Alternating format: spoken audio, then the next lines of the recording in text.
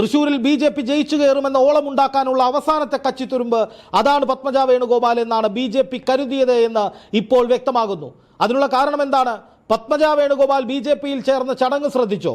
മുമ്പ് പോയി, അതായത് AICC വക്താവായിരുന്നപ്പോൾ BJPയിലേക്ക് എടുത്തുചാടി സൈഡായി പോയ ടോം വടക്കനടക്കമുള്ള ചിലരാണ് പത്മജയ്ക്കൊപ്പം ആ വേദിയിലുണ്ടായിരുന്നത്. അതിലെവിടെയും കേന്ദ്രമന്ത്രിമാരുടെ സാന്നിധ്യമില്ല. എന്തിന്? സംസ്ഥാന അധ്യക്ഷൻ K. സുരേന്ദ്രൻ പോലും ആ പരിപാടിയിൽ പങ്കെടുത്തിരുന്നില്ല. പക്ഷേ അനിൽ ആന്റണി വന്നപ്പോൾ അതൊക്കെ ഉണ്ടായിരുന്നു. PC ജോർജിനെ കൊണ്ടുവന്നപ്പോഴും വലിയ ആത്മവിശ്വാസം BJP ദേശീയ നേതൃത്വവും സംസ്ഥാന നേതൃത്വവും പലപ്പോഴും പ്രകടിപ്പിച്ചിരുന്നു.